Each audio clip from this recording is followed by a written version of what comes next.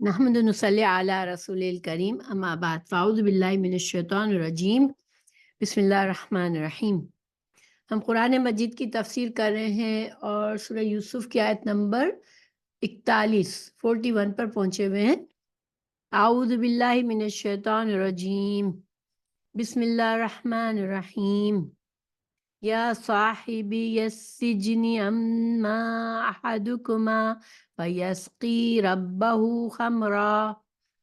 واما الآخر فیصلب فتأکل الطیر من رأسہ قضی الامر الذی فیہ تستفتیان۔ اس کا ترجمہ ہے، ایک قید خانے کے دو ساتھیوں، تم میں سے جو ایک ہے تو وہ اپنے مالک کو شراب پلائے گا، اور جو دوسرا ہے سو اسے سولی دی جائے گی، بس پرندے اس کے سر میں سے کھائیں گے۔ اس کام کا فیصلہ کر دیا گیا جس کے بارے میں تم پوچھ رہے ہو۔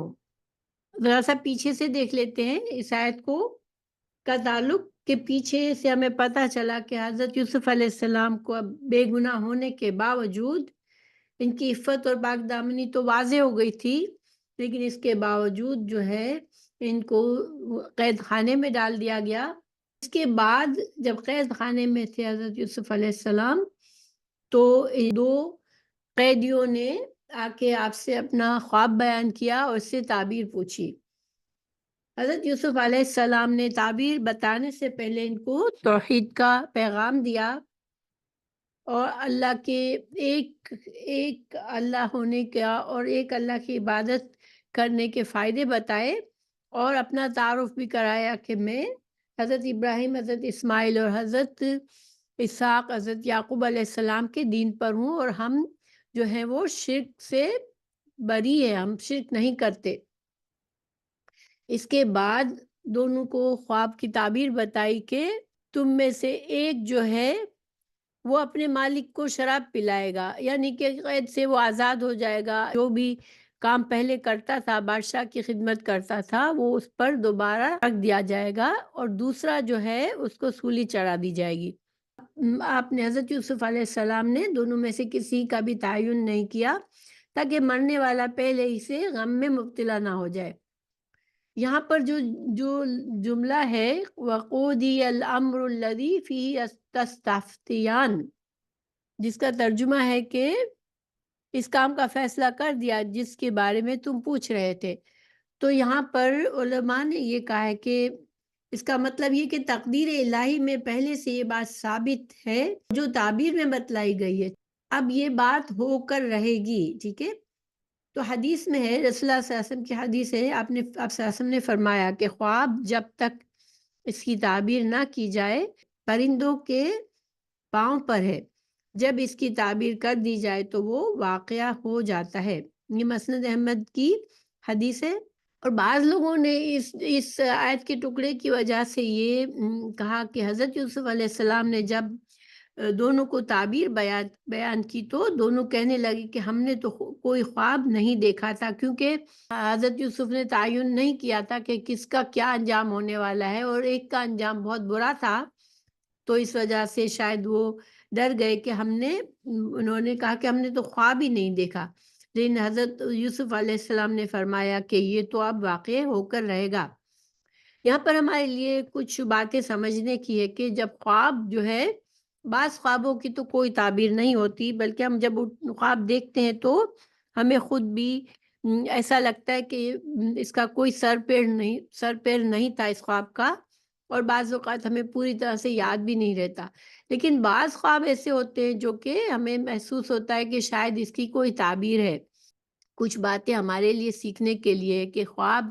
اگر انسان کو ایسا آئے جس کو لگے کہ ہاں اس کا کچھ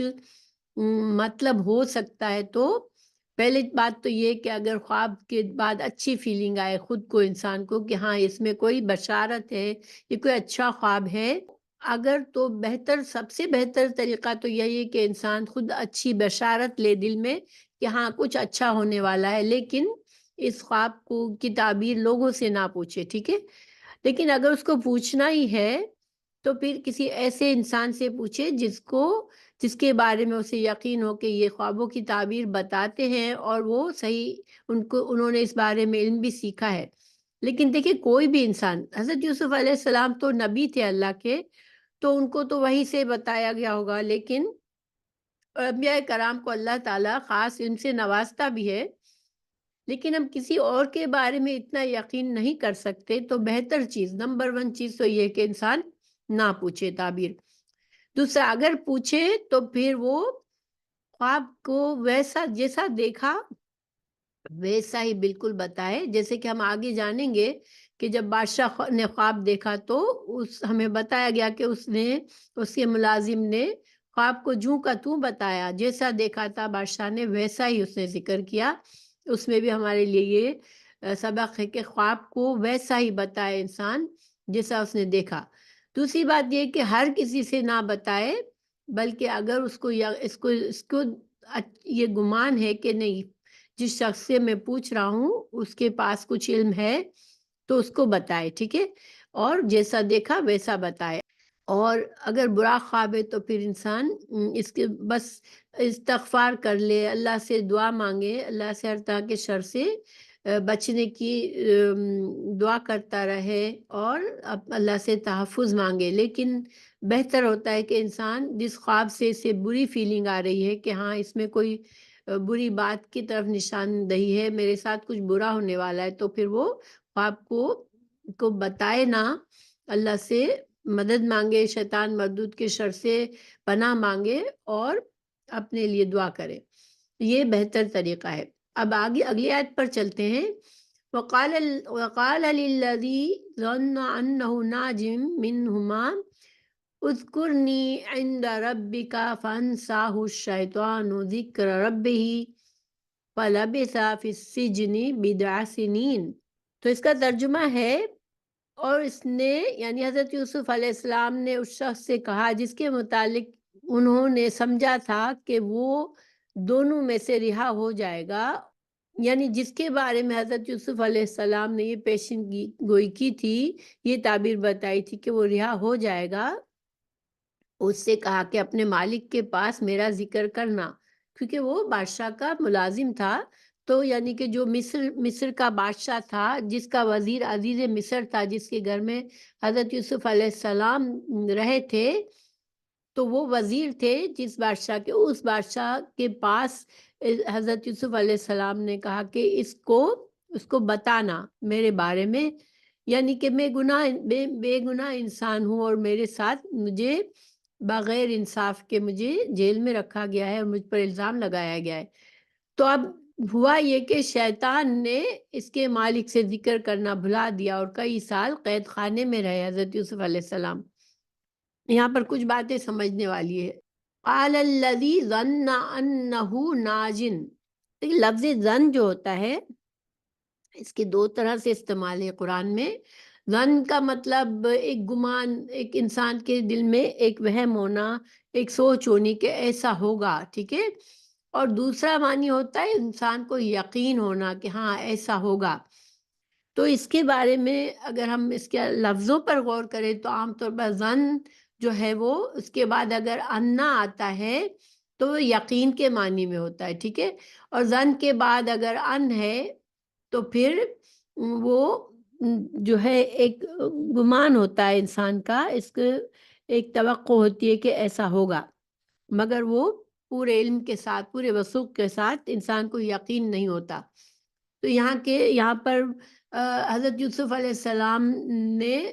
کا ظن تھا اور اس میں انا آیا ہے، تو یعنی کہ حضرت یوسف علیہ السلام کو جس کے بارے میں یقین تھا۔ ویسے بھی دیکھیں اللہ کے نبی جو ہوتے ہیں وہ جب خواب کی تعبیر بتاتے ہیں تو ان کو یقین ہوتا ہے کہ یہ ایسا ہی ہوگا، ٹھیک ہے۔ تو یعنی کہ حضرت یوسف علیہ السلام کو جس کے بارے میں یہ یقین تھا کہ وہ بچ جائے گا، تو اس کو کہا کہ میرا ذکر تم اپنے مالک سے کرنا، ربی کا، رب یہاں پر رب کا لفظ استعمال ہوا ہے، اور رب جو ہے مالک کے معنی میں بھی استعمال ہوتا ہے، لیکن جو اللہ کے لیے صرف رب کا لفظ استعمال ہوتا ہے، ربی کا، تیرا رب، تو یہاں پر تیرا رب سے مطلب بادشاہ ہے کچھ علماء نے اس بات پر بات کی ہے کہ چونکہ حضرت یوسف علیہ السلام نے، کچھ علماء نے یہ سوچا کہ چونکہ حضرت یوسف علیہ السلام نے اللہ پر توکل نہیں کی. دیکھیے حضرت یوسف علیہ السلام جیسا انسان اللہ کے نبی تھے اور صبر کرنے والے تھے، لیکن انہوں نے یہ کہا کہ تم اپنے بادشاہ سے، اپنے مالک سے یہ کہنا کہ میرے بارے میں ذکر کرنا کہ میں بے گناہ ہوں اور قید میں ہوں. تو اب اس کے بارے میں یہ کہ کیا یہ مناسب ہے اس طرح سے کرنا؟ یعنی اللہ پر ڈائریکٹ، اللہ پر بھروسہ کر کے صرف اللہ سے مدد مانگنا چاہیے انسان کو. یہاں پر حضرت یوسف علیہ السلام ایک وسیلے پر بھروسہ کر رہے ہیں اور اس سے کہہ رہے ہیں کہ تم اپنے بادشاہ سے میرا ذکر کرنا. تو کیا یہ صحیح ہے بات؟ تو دیکھیں قرآن اور حدیث میں ہمیں پتہ چلتا ہے کہ ہمیں یہ دنیا اسباب کے پردوں میں، ٹھیک ہے، ہر کام یہاں اسباب سے ہوتی ہے. اللہ تعالیٰ ہر معاملے میں انسان کو معجزات نہیں دکھاتا. اب یہاں پر ایک مصیبت میں ہیں حضرت یوسف علیہ السلام، ایک مصیبت میں ہیں اور اس سے نکلنے کے لیے وہ دنیا کے اسباب کو اختیار کر رہے ہیں. تو یہ توکل کے خلاف نہیں ہے، کیونکہ قرآن میں ہمیں پتہ چلتا ہے تعاونوا علی البر والتقوی، سورہ مائدہ کی آیت نمبر 2 ہے کہ نیکی اور تقوی میں ایک دوسرے کی مدد کرو. دیکھیے اگر ہر کام میں صرف انسان کو صرف اور صرف اللہ پر ہی توکل کرنا ہے، کسی اور کو سے مدد نہیں مانگنی،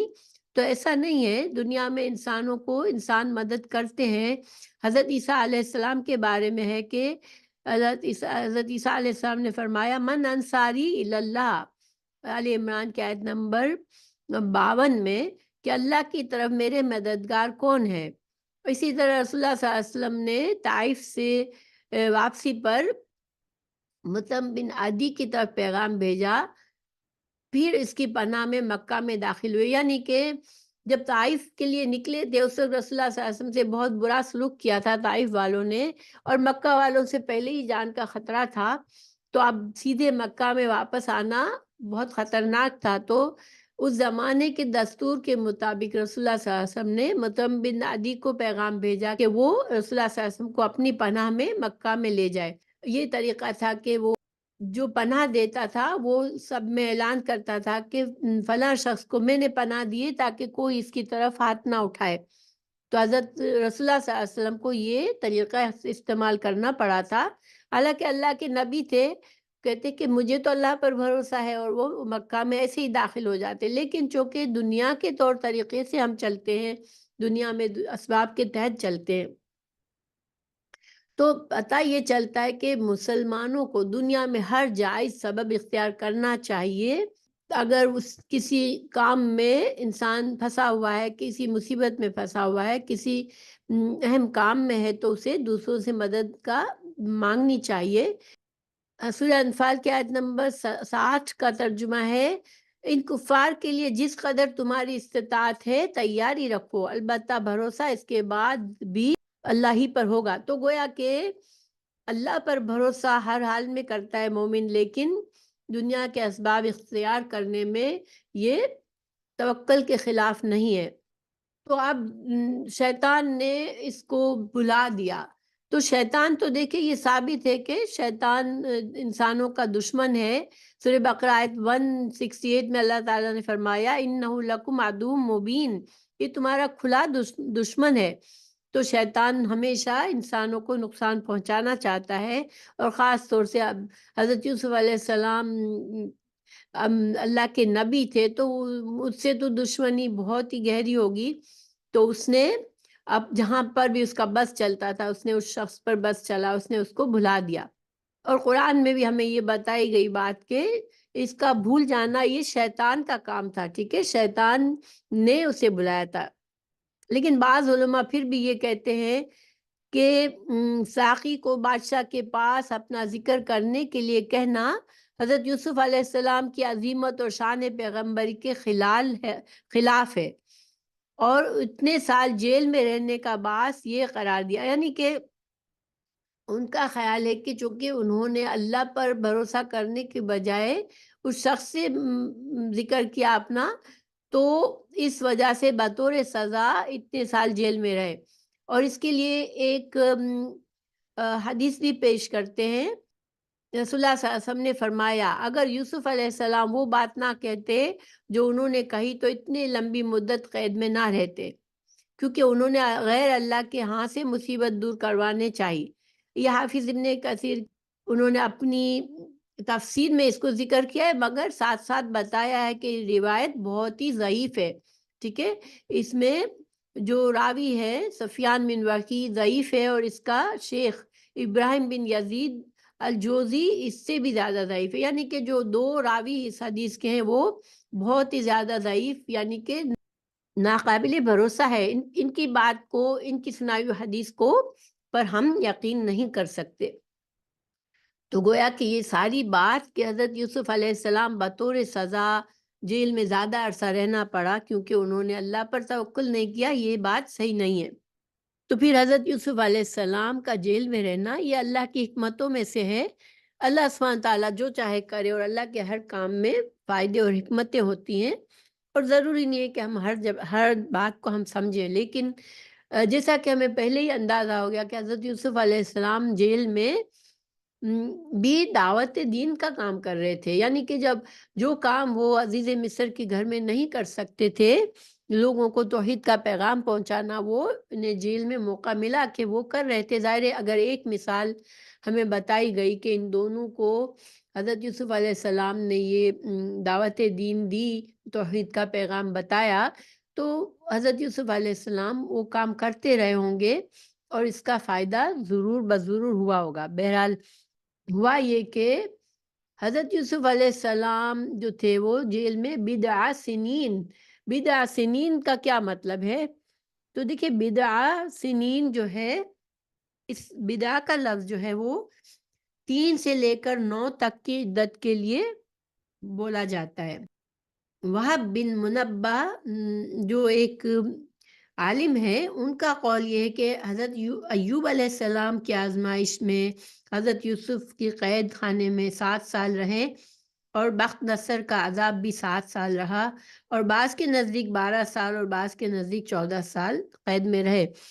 گویا کہ اس کے بارے میں کوئی ہمیں پورا وضاحت سے یہ نمبر نہیں بتایا گیا کہ کتنے سال حضرت یوسف علیہ السلام جیل میں رہے۔ کچھ لوگوں نے اندازے لگائے اور اپنا اجتہاد سے کچھ سال بتائے، لیکن جب اللہ تعالیٰ نے اس میں ہمیں واضح طور پر نہیں بتایا تو ہم بس اتنا سمجھ لیں کہ 10 سال سے کم رہے، کیونکہ بدعہ کا جو لفظ ہے وہ 3 سے لے کر 9 تک کا عام طور پر بولا جاتا ہے، تو ہم یہ سمجھ سکتے ہیں کہ حضرت یوسف علیہ السلام 10 سال سے کم عرصے تک جیل میں رہے، اور کتنے سال رہے واللہ عالم۔ اب اگلی آیت پر چلتے ہیں۔ وَقَالَ الْمَلِكُ إِنِّي أَرَىٰ سَبْعَ بَقَرَاتٍ سَمَانٍ يَأْكُلُهُنَّ سَبْعٌ عِجَافٌ وَسَبْعَ سُنبُلَاتٍ خُضْرٍ وَأُخَرَ يَابِسَاتٍ يَا أَيُّهَا الْمَلَأُ أَفْتُونِي فِي رُؤْيَايَ إِن كُنتُمْ لِلرُّؤْيَا تَعْبُرُونَ۔ اس کا ترجمہ ہے، اب جو بادشاہ تھا مصر کا، تو بادشاہ نے اب خواب دیکھا، ٹھیک ہے۔ بادشاہ نے کیا خواب دیکھا کہ بے شک میں نے 7 موٹی گائے دیکھتا ہوں جنہیں 7 دبلی کھا رہی ہیں، اور 7 سبز خوشے اور کچھ دوسرے خشک دیکھتا ہوں۔ اے سردارو، مجھے میرے خواب کے بارے میں بتاؤ اگر تم خواب کی تعبیر کرتے ہو۔ تو اب اس نے اپنے درباریوں کو اپنا خواب سنایا اور اس سے تعبیر پوچھ لی کہ اگر تم تعبیر کر سکتے ہو تو مجھے اس کا تعبیر سناؤ۔ تو دیکھیں مصر کے بادشاہ کا یہ خواب اللہ تعالیٰ کی تقدیر میں یوسف علیہ السلام کی قید سے عزت و تکریم کے ساتھ رہائی کا سبب بنا، ٹھیک ہے۔ اگر بادشاہ وہ خواب نہ دیکھتا تو حضرت یوسف علیہ السلام تعبیر نہ بتاتے، اور جو تعبیر بتائی اس سے بادشاہ متاثر ہوا، اور وہ خواب دیکھ کر بہت پریشان تھا۔ اس کو لگ رہا تھا کہ اس کی کوئی نہ کوئی تعبیر ہے، تو جب اس کے جو درباری تھے وہ خواب کی تعبیر نہیں بتا سکے۔ اب دیکھیں یہاں پر ہے کہ یا ایھا الملأ افتونی فی الرؤیا، کہ مجھے تم فتویٰ دو اس خواب کے بارے میں، ٹھیک ہے۔ اگر تم کو یہ علم ہے۔ تو گویا کہ خواب کی تعبیر جو ہے وہ انسان صرف اپنے غور و فکر سے نہیں نکال سکتا، یہ ایک علم ہے جو اللہ تعالیٰ دیتا ہے جسے چاہے، اور یہ اللہ تعالیٰ نے حضرت یوسف علیہ السلام کو دیا تھا۔ تو علم کے بغیر تعبیر جو ہے، انسان کو اگر علم نہیں ہے تو اس طرح سے کسی کے خواب کی تعبیر بتانا مناسب نہیں ہے۔ ایک حدیث بھی پائی جاتی ہے کہ رسول اللہ صلی اللہ علیہ وسلم نے فرمایا، اللہ تعالیٰ علم کو اس طرح قبض نہیں کرے گا کہ اسے علماء کے سینے سے نکال لے، بلکہ علم کو علماء کے فوت کر لینے کے ساتھ قبض کرے گا، یہاں تک کہ جب وہ کسی عالم کو باقی نہیں چھوڑے گا تو لوگ جاہل سردار بنا لیں گے، پھر ان سے سوال کیے جائیں گے تو وہ ان کے بغیر فتویٰ دیں گے، تو خود گمراہ ہوں گے اور لوگوں کو گمراہ کریں گے۔ تو اس حدیث سے ہمیں پتہ چلتا ہے کہ خواب بھی ایک علم ہے جو اللہ کی طرف سے ہے، اور جو اللہ اپنے خاص بندوں کو دیتا ہے۔ تو انسان اس کے بارے میں بغیر ان کے فتوے نہ دے، اپنے اندازے سے تعبیر نہ بتائے۔ اور جیسے کہ پہلے میں نے بتایا کہ جب خواب کی تعبیر کی جاتی ہے تو پھر وہ واقعہ ہو جاتا ہے، گویا کہ چاہے اگر ہم نے خواب کی تعبیر کسی ایسے شخص سے پوچھی جو اپنے اندازے سے بتا رہا ہے، اب اس نے کوئی ایسی بات کہہ دی جو ہمارے لیے اچھی نہیں ہے، مگر اگر اس نے بتا دی، تعبیر کر دی، تو پھر ہو سکتا ہے کہ وہ کام ہو جائے، کیونکہ وہ حدیث بھی ہم نے پڑھی کہ خواب جو ہے وہ جب تک معلق رہتا ہے، جب تک اس کی تعبیر نہ کی جائے، اور جب تعبیر کی جاتی ہے تو وہ خواب واقعہ ہو جاتا ہے۔ اس وجہ سے اس معاملے میں اللہ پر بھروسہ کرنا چاہیے انسان کو، اور ہر کسی کو اپنے خواب نہیں بتانے چاہیے، اور اللہ سے اچھے خواب پر اچھی امید رکھے اور برے خواب میں پناہ مانگے۔ ان لوگوں نے جو درباری تھے، جو بڑے بڑے سردار تھے، انہوں نے کیا کہا؟ قالوا اضغاث احلام وما نحن بتاویل الالحام بعالمین۔ انہوں نے کہا کہ یہ خواب کی پریشان باتیں ہیں، اور ہم ایسے خوابوں کی تعبیر بالکل جاننے والے نہیں ہیں۔ انہوں نے اس کی تعبیر کرنے سے انکار کر دیا کہ ہمیں اس کا علم نہیں ہے۔ کیا جو بڑے لوگ تھے، جن کو علماء سمجھا جاتا تھا، جو درباری ہوتے تھے، جن سے بادشاہ فتوے لیتا تھا، کیا انہوں نے انکار کر دیا کہ خواب کی تعبیر کا کوئی علم موجود ہی نہیں ہے اور خواب کی کوئی تعبیر نہیں ہوتی ہے؟ تو ایسا نہیں ہے، ٹھیک ہے۔ انہوں نے یہ نہیں کہا، وہ تعبیر کا علم کچھ رکھتے بھی ہوں گے، لیکن اس خواب میں ان کو کوئی بات سمجھ نہیں آئی، یہ بتا رہے کہ ایسے خواب کی ہمیں تعبیر کا علم نہیں ہے۔ اگلی آیت ہے وَقَالَ الَّذِي نَجَا مِنْهُمَا وَادَّكَرَ بَعْدَ أُمَّةٍ أَنَا أُنَبِّئُكُمْ بِتَأْوِيلِهِ فَأَرْسِلُونِ۔ اب جو شخص جو قید سے بچ گیا تھا، جو رہا ہو گیا تھا، اسے ایک مدت کے بعد اب یاد آیا، جب بادشاہ نے خواب کا تعبیر پوچھی تو اسے یاد آیا اچانک کہ حضرت یوسف علیہ السلام کی تعبیر سچی ہوتی ہے، تو اس نے کہا کہ میں تمہیں اس کی تعبیر بتاتا ہوں، سو مجھے بھیجو۔ یعنی کہ یہاں مختصر ہے، شاید اس نے کہا ہو کہ میں جانتا ہوں جو اس کی تعبیر بتائے گا، اور وہ شخص قید میں ہے، اور مجھے اس کے پاس بھیجو تاکہ میں تعبیر پوچھ کے آؤں۔ اب وہ یوسف علیہ السلام کے پاس گیا قید میں، اور اس نے کہا یوسف ایھا الصدیق افتنا بسبع بقرات سمان یأکلہن سبع عجاف وسبع سنبلات خضر واخرى یابسات لعلی ارجع الی الناس لعلہم یعلمون۔ اب اس نے کہا یوسف، اے نہایت سچے انسان، ہمیں 7 موٹی گایوں کی تعبیر بتا جنہیں 7 دبلی کھا رہی ہیں، اور 7 سبز خرشوں اور دوسرے خشک خرشوں کی بھی، تاکہ میں لوگوں کے پاس جاؤں تاکہ وہ جان لے۔ اب یہاں پر دیکھیں کہ اس نے خواب جس طرح سے بتایا ہے، اس نے لفظ بلفظ وہی خواب بتایا جو بادشاہ نے دیکھا تھا، اور یہاں بھی ہمیں یہ بات سکھائی گئی کہ خواب جب بتائیں تو بالکل لفظ بلفظ جو دیکھا ہو وہی بتانا ضروری ہے۔ یوسف علیہ السلام کو اللہ نے علم تعبیر سے بھی نوازا تھا، تو وہ اس خواب کی تہ تک فوراً پہنچ گئے، انہوں نے موٹی تازہ گایوں سے ایسے 7 سال مراد لیے جس سے خوب پیداوار ہوگی، اور 7 دبلی پتلی گایوں سے اس کے برعکس 7 سال خشک سالی کے۔ اس طرح 7 سبز خوشوں سے مراد لیا کہ زمین خوب پیداوار دے گی، اور 7 خشک خوشوں سے مطلب یہ ہے کہ ان 7 سالوں میں زمین کی پیداوار نہیں ہوگی۔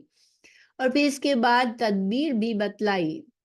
یعنی کہ خواب کی تعبیر کرنے کے بعد اب تدبیر بتائی کہ اب اس معاملے میں کیا کرنا چاہیے بادشاہ کو۔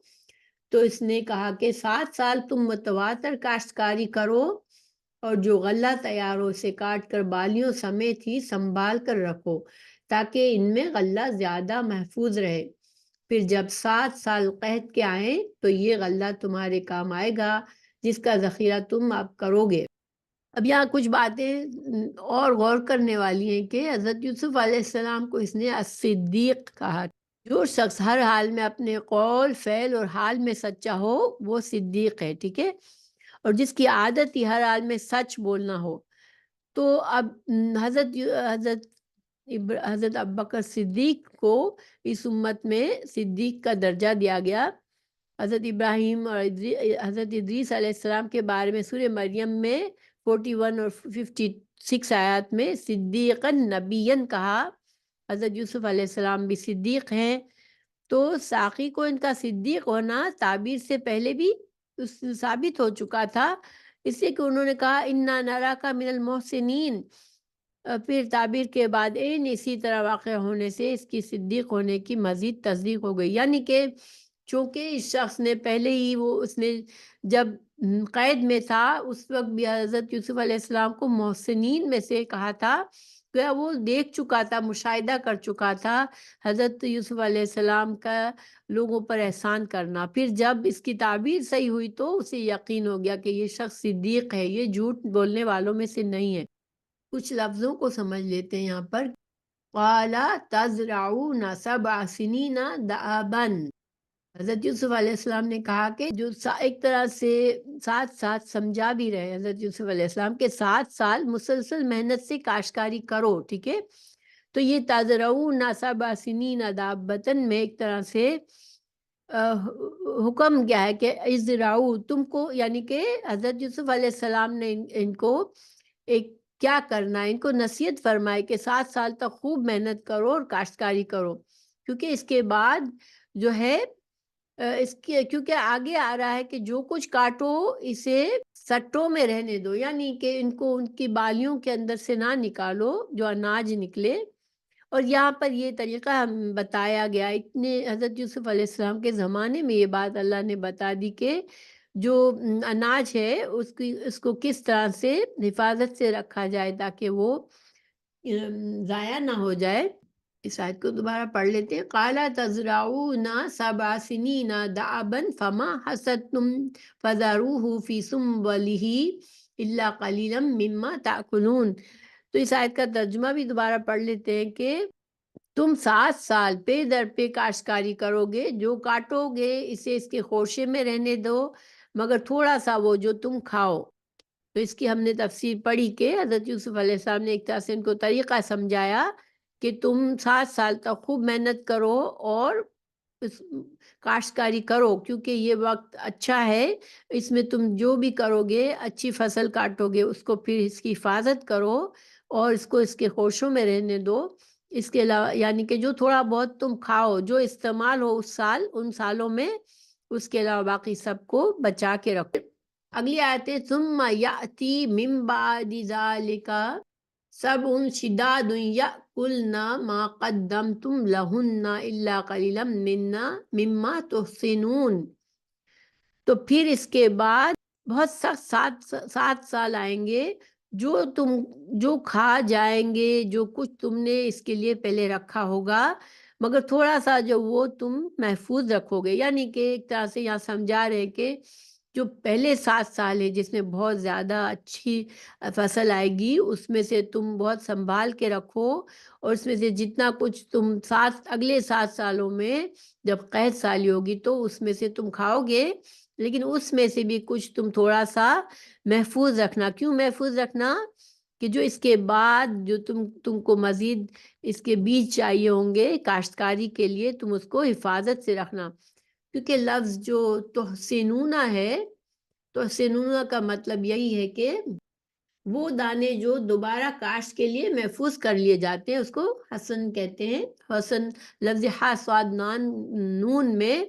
حفاظت، کسی چیز کو محفوظ رکھنا۔ تو اب ان 7 سالوں میں جو خشک سالی کے 7 سال آئیں گے، اس میں بھی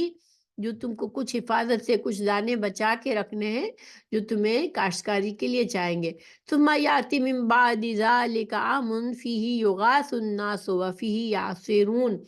اب یہ حصہ ہے، یہ خواب میں نہیں تھا، ٹھیک ہے۔ اب یہ حضرت یوسف علیہ السلام ان کو سمجھا رہے ہیں، ان کو نصیحت کر رہے ہیں کہ اب کیا کرنا ہے۔ بتا رہے ہیں کہ قحط سالی کے 7 سال گزرنے کے بعد پھر خوب بارش ہوگی، جس کے نتیجے میں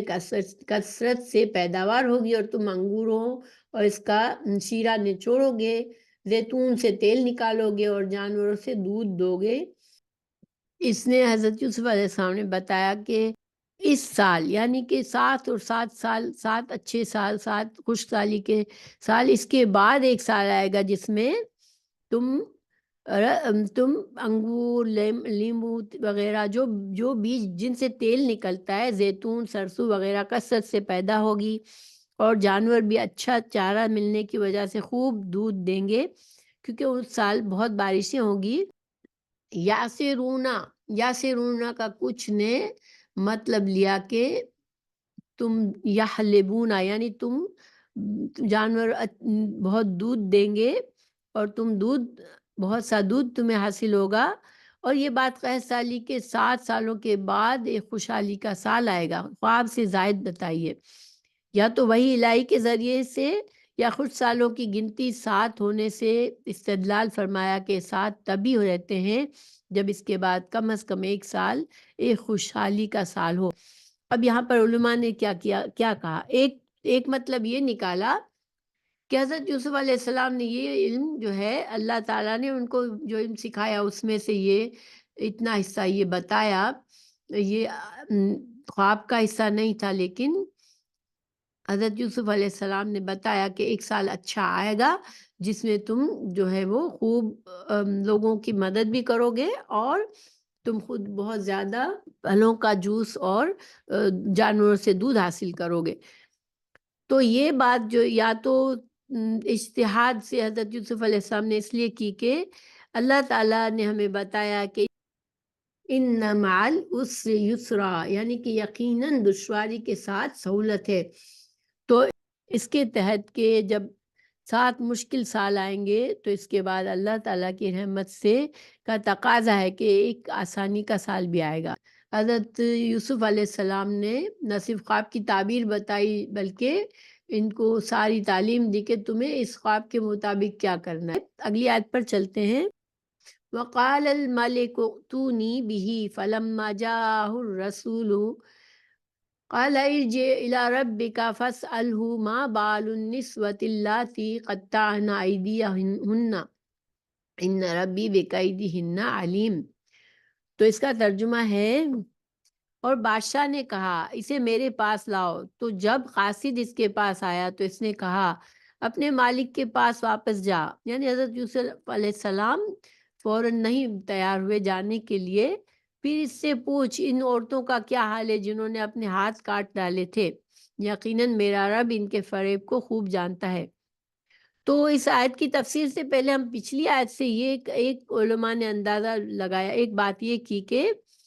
سچے خواب صرف مسلمانوں اور مومنوں کو نہیں بلکہ کافروں کو بھی خواب سچے آ سکتے ہیں،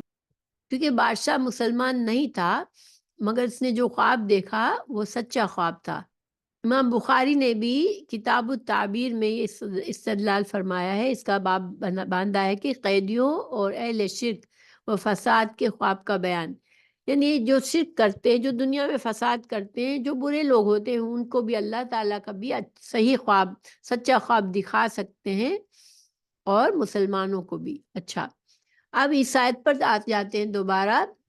جب ساقی نے جا کر تعبیر بتائی تو بادشاہ نے کہا اسے میرے پاس لاؤ، اس سے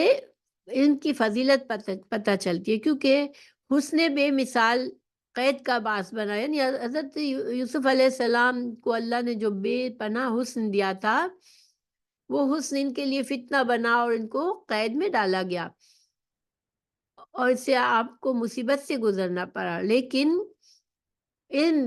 سے جو خواب بتایا، تو علم کی وجہ سے انسان کے درجات بلند ہوتے ہیں۔ دنیا میں جب یہ حال ہے کہ علم سے فائدہ ہوتا ہے، علم سے انسان کو بڑا درجہ ملتا ہے، کیونکہ بادشاہ بہت متاثر ہوا، اس نے حضرت یوسف علیہ السلام کو اپنے دربار میں بلانے کے لیے کہا۔ تو پھر ہم یہ سمجھ سکتے ہیں کہ جب دنیا میں علم کی برکت ہے، تو آخرت میں بھی جو ہم نفع بخش علم دنیا میں حاصل کرتے ہیں، اس کی برکتیں ہوں گی اور اس کے فائدے ہمیں نظر آئیں گے انشاءاللہ۔ تو حضرت یوسف علیہ السلام اتنے سالوں سے جیل میں تھے، اب کیوں فوراً سے نکل کر نہیں گئے، بلکہ یہ مطالبہ کیا کہ واپس جاؤ اور بادشاہ سے پوچھو کہ ان عورتوں کا کیا معاملہ تھا جنہوں نے اپنے ہاتھ کاٹ لیے تھے۔ تو اب ایسا کیوں کیا حضرت یوسف علیہ السلام نے؟ کیونکہ آپ چاہتے تھے کہ آپ کے نام پر جو داغ لگایا گیا ہے، آپ پر جھوٹا الزام ڈال کے آپ کو قید میں ڈالا گیا ہے، اور اس سے جو ایک بدنامی کا باعث ہے یہ قید میں ہونا، اور جو جرم ان پر لگایا گیا تھا، تو حضرت یوسف علیہ السلام چاہتے تھے کہ اس سے اپنے نام کو پاک کیا جائے اور اپنے اوپر سے یہ الزام ہٹایا جائے، کیونکہ ویسے بھی انسان کا جو بدنام انسان ہوتا ہے، اس کی بات کوئی سنتا نہیں ہے، نہ اس پر یقین کرتا ہے۔ لیکن حضرت یوسف علیہ السلام کو آئندہ بھی دین کے کام کرنے تھے، دین کا داعی بن کے رہنا تھا، اللہ کے پیغمبر تھے، تو ان کو بدنامی ان سے دور کرنا ضروری تھا، اور ان کی پاک بازی کو ثابت کرنا ضروری تھا، اس لیے ان عورتوں کے بارے میں پوچھا۔ یہاں پر دیکھیں، حضرت یوسف علیہ السلام نے یہ نہیں کہا کہ عزیز مصر کی بیوی کو بلائیں، بلکہ کہا کہ ان عورتوں کو بلائیں جس نے ہاتھ کاٹ لیے تھے۔ تو اس سے بھی ہمیں پتہ چلتا ہے کہ وہ جو عورتیں آئی تھی، اس کی جب میں نے تفسیر کی تھی تو میں نے بتایا تھا کہ علماء نے دو طرح سے تفسیر کی ہے۔ تو جو عورتیں آئی تھی، وہ ایک تفسیر یہ تھی کہ انہوں نے ہاتھ بے خودی میں کاٹ لیے حضرت یوسف علیہ السلام کا حسن دیکھ کر، اور دوسری تفسیر یہ تھی کہ وہ عورتیں حضرت یوسف علیہ السلام کے حسن کے بارے میں تو جانتی تھی، کیونکہ حضرت یوسف علیہ السلام عزیز مصر کے گھر میں بہت عرصہ رہے تھے، اور وہ عورتیں ظاہر ہے کہ ان کی سہیلیاں تھی عزیز مصر کی، تو وہ آتی جاتی رہتی ہوں گی، انہوں نے دیکھا ہوگا۔ لیکن ان عورتوں کی نیت خراب تھی، وہ چاہ رہی تھی کہ ہم حضرت عزیز مصر کی بیوی تو ناکام رہی حضرت یوسف کو پھسلانے میں، لیکن ہم جو ہے اس کام میں زیادہ آسانی سے کر لیں گے، اور وہ موقع چاہ رہی تھی کہ وہ بھی حضرت یوسف علیہ السلام کو دعوت گناہ دے۔ اسی وجہ سے انہوں نے یہ کوشش کی، اور اپنے ہاتھ بھی اسی وجہ سے کاٹے کہ حضرت یوسف علیہ السلام جب ان کی طرف متوجہ نہیں ہو رہے تھے، تو شاید انہوں نے سوچا کہ ہم ہاتھ کاٹ کے ایک طرح سے حضرت یوسف علیہ السلام کی ہمدردی حاصل کرے، وہ ہم سے قریب آئے ہمارے، کہ ہماری مدد کرے یا ہمارے ہاتھ کاٹنے کے۔ ظاہر یہ ایک انسانی فطرت ہے کہ کسی کی تکلیف، کسی کا خون بہ رہا ہے تو انسان آگے بڑھتا ہے، مدد کرتا ہے۔ تو وہ یہ چاہ رہی تھی کہ حضرت یوسف علیہ السلام کسی طرح ان کے قریب آئے۔ تو بہرحال حضرت یوسف علیہ السلام نے ان عورتوں کے بارے میں تفتیش کرنے کے لیے کہا کہ بادشاہ پہلے ان کی تفتیش کرے اور مجھے بے گناہ ثابت کرے، اس کے بعد میں آؤں گا۔ پھر حضرت یوسف علیہ السلام نے یہ کہنا کہ ان ربی بکیدہن علیم، یعنی اللہ تعالیٰ تو جانتا ہے کہ میں بے گناہ ہوں، اور اللہ تعالیٰ جانتا ہے ان کی چالوں کے بارے میں، تو لیکن میں لوگوں پر واضح کیوں کرنا چاہ رہا ہوں؟ تاکہ میری بدنامی نہ ہو، اور تاکہ میں آئندہ کے لیے پاک دامنی سے دین کا کام کر سکوں۔ اب قال ما خطبکن اذ راودتن یوسف عن نفسه وقلنا حاشا للہ ما علمنا علیہ من سوء قالت امرأة العزیز الآن حسس الحق انا راودته عن نفسه وانه لمن الصادقین۔ جب بادشاہ نے ان عورتوں کو دربار میں بلا کر پوچھا اس معاملے کے بارے میں کہ کیا معاملہ تھا جب تم نے یوسف کو اس کے نفس سے پھسلایا، انہوں نے کہا اللہ کی پناہ، ہم نے اس میں کوئی برائی نہیں دیکھی۔ عزیز کی بیوی نے کہا اب حق خوب ظاہر ہو گیا، میں نے اسے اس کے نفس سے پھسلایا تھا اور بلا شبہ وہ یقیناً سچوں میں سے ہے۔ عزیز کی بیوی نے بھی اپنے گناہ کا اعتراف کر لیا۔ بادشاہ نے تمام خواتین کو طلب کیا۔ معلوم ہوا کہ اس دوران میں وہ معاملے کی پوری تحقیق کر چکا تھا اور یوسف کی بے گناہی عورتوں کے فریب سے آگاہ ہو چکا تھا، اس لیے اس نے یہ نہیں کہا کہ تمہارا قصور تھا یا یوسف کا، بلکہ اس نے پہلا سوال یہی کیا کہ تم نے یوسف کو اس کے نفس سے پھسلایا تھا، تمہارے اس معاملے کی حقیقت کیا تھی؟ تو گویا بادشاہ نے ان کو موقع ہی نہیں دیا کہ وہ جھوٹ بولے۔ بادشاہ نے پہلے سے تحقیق کی اور جان لیا کہ حضرت یوسف علیہ السلام بے گناہ تھے، اور ان سے کہا کہ تم نے جب پھسلایا تو اس کا کیا معاملہ تھا، تو یعنی آخر اس کا کیا جرم تھا جس کی وجہ سے اسے اتنی دیر قید خانے میں رکھا گیا۔ وہ سب بیک زبان بولیں، اللہ کی پناہ، ہم نے اس پر کوئی برائی معلوم نہیں کی۔ ہاتھ کاٹنے والیوں نے جب یوسف کو کسی بھی قسم کی برائی سے پاک قرار دیا تو ہاتھ نہ کاٹنے والی عزیز مصر کی بیوی کو بھی بولنا پڑا۔ اس نے کہا اب تو حق بالکل ظاہر ہو گیا، میں نے ہی اسے اس کے نفس سے پھسلایا تھا اور یقیناً وہ سچوں میں سے ہے۔ تو گویا کہ حضرت یوسف علیہ السلام کی بے گناہی ثابت ہوئی اس طرح۔